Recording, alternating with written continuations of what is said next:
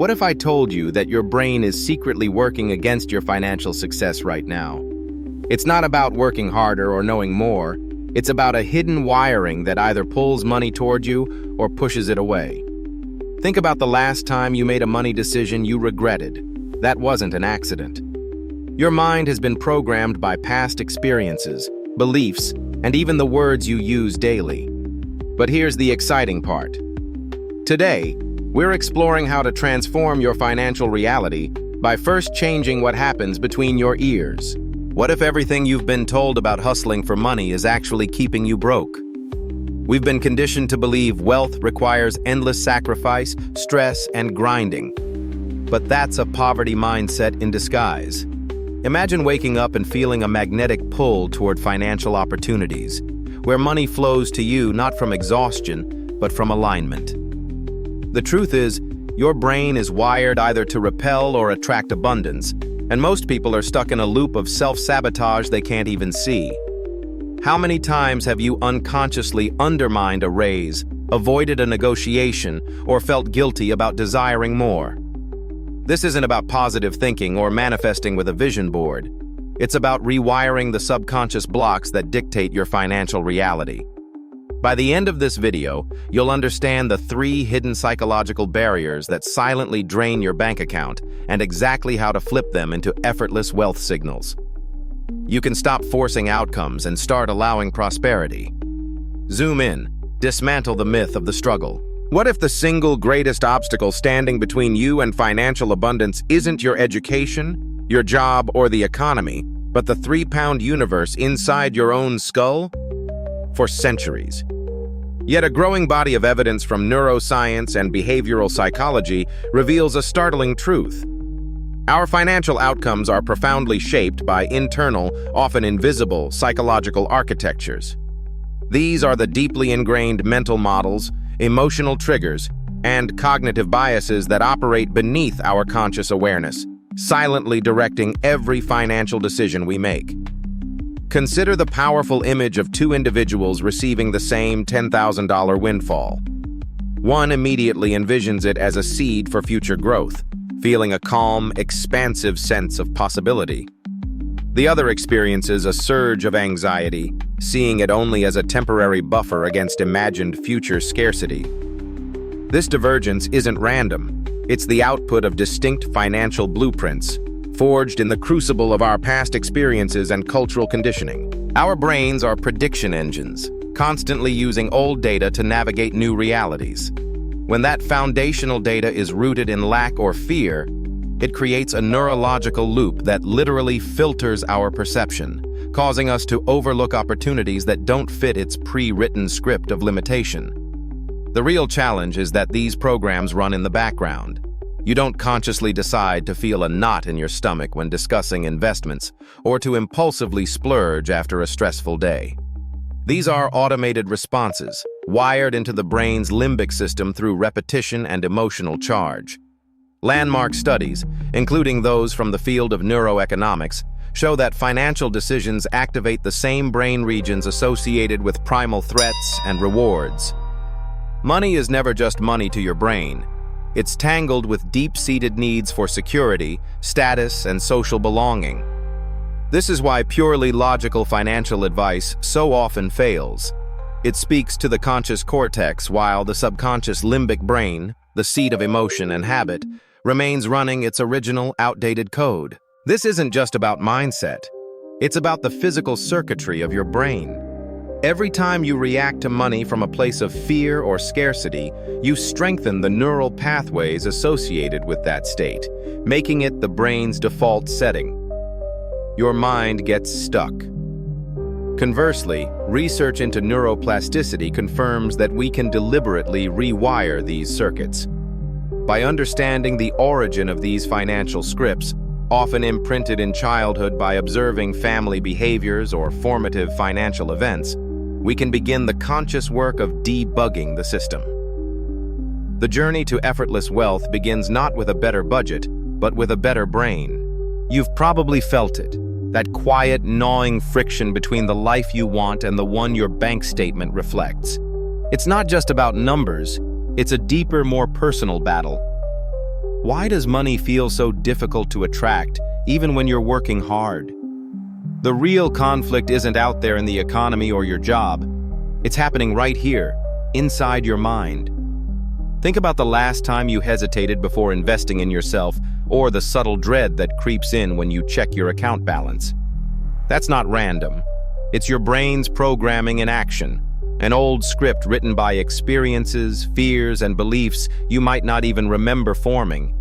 You tell yourself you want abundance, yet something within you flinches when opportunity knocks. Ever wonder why? Picture two versions of you standing at a crossroads. One is bold, open, ready to receive. The other is cautious, guarded, whispering warnings from the past. Which one usually wins? For most people, it's the fearful self, the one that mistakes safety for survival. You're not failing because you lack ambition. You're struggling because part of you is still convinced that scarcity is real, that there's never enough, that you don't truly deserve more. Consider this. Look at the data. Studies in behavioral finance show that nearly 80% of financial outcomes are influenced by psychological factors, not raw intelligence or effort. You can have the perfect plan, the right education, even a lucky break, and still self-sabotage when it counts. How many times have you talked yourself out of a bold move, or talked yourself into playing small? This internal friction costs you more than just money. It drains your energy, dims your creativity, and keeps you stuck in cycles of hesitation. You want to build wealth effortlessly, but your mind is working against you, clinging to outdated stories about struggle and lack. It's like trying to drive with the parking brake on. You press the accelerator of ambition, but you don't move forward smoothly. Consider this. Every financial decision you make is a vote for the identity you believe you are. If you see yourself as someone who always struggles with money, guess what? Your actions will align to prove that story true. Your brain seeks evidence to support your deepest beliefs, even when those beliefs are holding you back from the abundance you crave. Breaking this pattern requires more than positive thinking. It demands a conscious rewiring, a deliberate override of the fear-based signals that have been running your financial life for years. Are you ready to release the old stories? To unlearn the habits that keep you playing small? This isn't about working harder. It's about thinking differently. Remember, wealth doesn't just flow to the smartest or the hardest working. It flows to those who are psychologically available to receive it. Your mind can be your greatest barrier or your most powerful gateway. Which will you choose? Have you ever noticed how some people seem to have a magnetic relationship with money? It finds them, while others chase it desperately, watching it slip through their fingers no matter how hard they work. What if I told you the difference isn't in their actions, but in their brain's operating system? Let me introduce you to Sarah, a talented graphic designer who was constantly stressed about finances.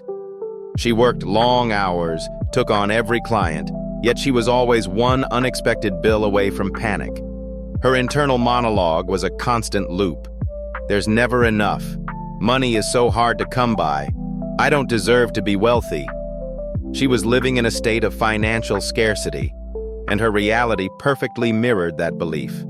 Her brain was programmed to see lack, to expect struggle, and so that's exactly what she experienced. Zoom in. Contrast that with David, a friend of mine who runs a small coffee roastery.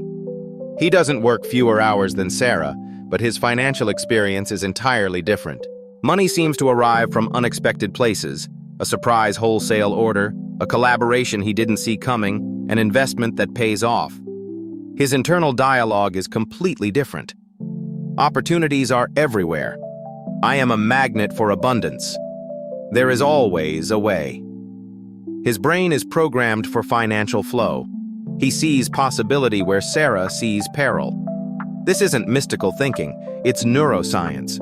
Your brain has a filtering system called the reticular activating system, or RAS.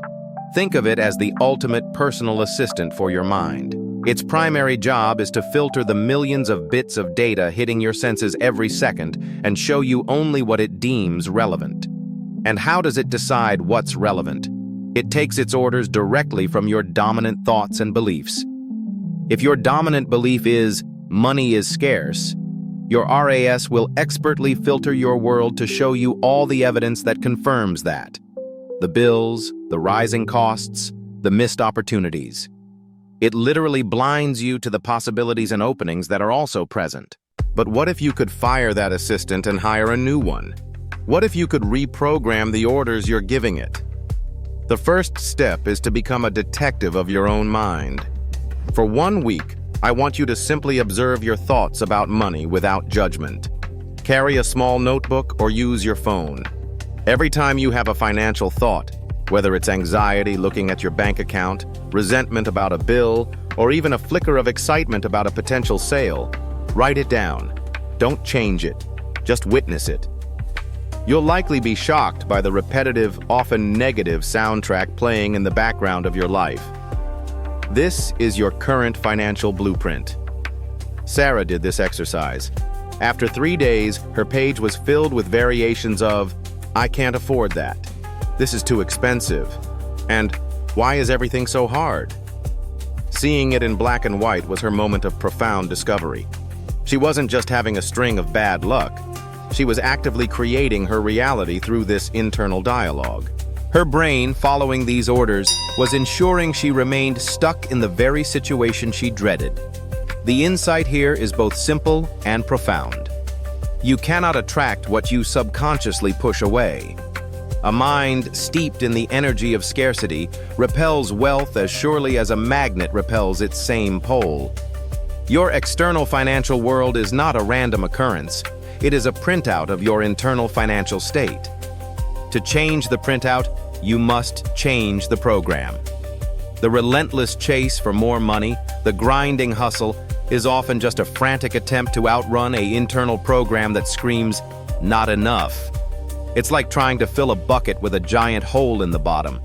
The real work isn't in pouring more water in, it's in repairing the bucket. Strange but true. We stop chasing. We start reprogramming. We move from a mindset of lack to a mindset of allowance. This is the pivotal shift. From believing you must force wealth into existence, to knowing you can allow it to flow to you by becoming the kind of person it flows to naturally. It starts with a single. It starts by telling your new RAS assistant, "Show me the opportunities." And then, watch as your world begins, slowly and then suddenly, to rearrange itself to meet your new command. Imagine for a moment you're standing in a grocery store, staring at 2 identical boxes of cereal. One is priced at $4.99. Logically, the difference is meaningless, a single penny. Yet something deep within your brain flinches at the $5 price tag, categorizing it as significantly more expensive. This is your scarcity programming at work, a relic from our ancestors who needed to conserve every calorie and resource. But what if you could rewire that instinct to see abundance instead of lack? What if your default setting wasn't fear, but flow? Take the story of a client I'll call David. For years, he was trapped in a cycle of financial anxiety. Every decision, from a $3 coffee to a potential investment, was filtered through a lens of impending doom. His internal monologue was a constant refrain. "I can't afford this. What if I lose everything?" This wasn't just a mindset. It was a self-fulfilling prophecy. His fear of spending money on a professional certification, for instance, kept him in a lower-paying job, thereby reinforcing the very scarcity he feared. He was stuck in a feedback loop where his thoughts were creating his reality. Then he began the practice of cognitive reframing. It started with something seemingly trivial. Instead of saying, "I can't afford that," he forced himself to ask, "How can I afford that?" This tiny linguistic shift opened a door in his mind. The first question was a dead end, a statement of lack. The second was a puzzle, an invitation for his brain to seek solutions. Within months, his perspective had shifted so dramatically that he identified a freelance opportunity his peers had overlooked: tripling his side income and easily covering the cost of the certification he'd once feared. His external world changed only after his internal narrative did. Contrast that with Sarah, a graphic designer who always seemed to have money flow to her. She wasn't richer or more talented than her peers at the start. Her secret was a simple but profound belief. Money is a tool that comes to me easily to solve interesting problems. She didn't see a client budget as a limitation, but as a creative parameter. When a project paid $2,000, she didn't think, "That's all I get." She thought, "What brilliant solution can I deliver that is worth $2,000? This abundance mindset made her work more innovative and her clients more loyal, leading to a steady stream of referrals and higher-paying projects. Her brain was programmed to see opportunity, and so her reality became opportunistic. How do you install that same software? The process is less about brute force and more about gentle, consistent redirection. Every time you feel that familiar pang of financial fear, pause. Breathe. Acknowledge the old programming, the ancient part of your brain screaming about survival, and then consciously choose a new thought. There is enough. I am capable. Opportunities exist. It feels artificial at first, like wearing a new pair of shoes. But with repetition, the neural pathways strengthen. The new thought becomes the default. Consider the data on visualization. A study on athletes found that the brain's motor cortex activates in almost identical patterns when physically performing an action and when vividly imagining it. The brain struggles to distinguish between a vividly imagined reality and an actual one. Apply this to wealth. Spend 5 minutes each day not just wishing for more money, but truly feeling what it would be like to have it. Feel the texture of the leather chair in your new office. Hear the sound of a successful deal closing. Feel the relief and security of a growing bank account. You are not just daydreaming. You are laying down the neurological blueprint for your future. Your financial reality is not a fixed destination you arrive at, but a garden you cultivate daily with your thoughts. One client started by simply writing down every single expense and, next to it, a sentence of gratitude for the value it provided. $4 for coffee. Thank you for the focus and warmth that helps me work. This practice rewired her brain from seeing money as something that leaves her to something that serves her. Within a year, her income had increased because she carried herself with the confidence of someone who is in a collaborative relationship with money, not a victim of it. The shift is internal, but the results are profoundly external. The world reflects back the story you tell yourself. Real talk. What story are you writing today? Picture this. We need to identify and dismantle the scarcity programming that's running in your subconscious. What childhood money memories still trigger anxiety or avoidance behaviors today? Picture your financial mindset as an old computer operating system. It might be running on code written decades ago by people who didn't understand modern wealth creation. You must consciously audit these inherited beliefs and replace them with frameworks aligned with abundance. Next, implement a daily wealth immersion practice where you deliberately consume content that expands your financial consciousness. This isn't about random inspiration. It's systematic exposure to case studies, market analyses, and psychological principles that successful investors actually use. How many hours weekly do you currently spend reinforcing limiting beliefs versus building new neural pathways? The ratio matters more than you might assume. Then, create specific wealth triggers in your environment that automatically redirect your attention toward opportunity recognition.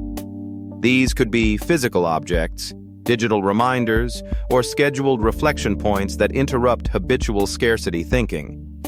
When your surroundings constantly whisper, "not enough," you'll naturally manifest lack. When they consistently signal creative possibilities, you'll start noticing openings everywhere. Finally, establish clear metrics for measuring your psychological progress alongside financial results. Are you responding to financial setbacks with more resilience? Is your conversation about money shifting from problems to solutions? Tracking these intangible shifts provides crucial evidence that your mindset is actually transforming, which creates the positive feedback loop necessary for sustainable change. Picture this. Here we are at the end of our conversation. You've spent nearly 30 minutes with me, and I want you to do something for yourself right now. Before the next video autoplays, before you check your phone, just take a single deep breath. What does it feel like to consider that your financial destiny isn't written in some external, unforgiving ledger, but in the soft, malleable tissue of your own mind? It's a profound shift, isn't it? Think of your brain not as a fixed machine, but as a garden. You've spent years, maybe decades, allowing certain weeds to grow. Thoughts of scarcity, stories of lack, the belief that money is a brutal, endless struggle. Today, we started the work of pulling those weeds. We began planting new seeds. Seeds of worthiness, of receptivity, of seeing opportunity where you once saw only obstacles. This isn't about positive thinking, it's about neurological rewiring. Your brain is listening. What will you tell it next? Will you go back to the old story tomorrow? Or will you choose one small new thought? Perhaps you'll notice the simple abundance already present in your life. The roof, the meal, the device you're using right now. Gratitude is a magnet for more. Or maybe you'll catch yourself in a moment of financial anxiety and simply whisper, "I am a conduit for wealth." The action is tiny, but the cumulative effect is seismic. This is your new operating system. It runs quietly in the background, making you just a little more open, a little more ready, a little more attuned to the flow of capital and value that is constantly moving around you. The world is not withholding from you. It's waiting for you to signal that you are ready to receive. The most successful people aren't necessarily the smartest or the hardest working. They are the ones whose internal financial blueprint is set to allow. Let this be the moment your relationship with money changes forever. The work is simple, but it is not always easy. It requires you to be the gentle, persistent gardener of your own mind, pulling the weeds of doubt each time they sprout. But the harvest? The harvest is a life where money is not a source of panic, but a peaceful, expanding current that supports the life you are meant to live. You are not chasing money anymore. You are preparing the ground for it to find you. Go be that person.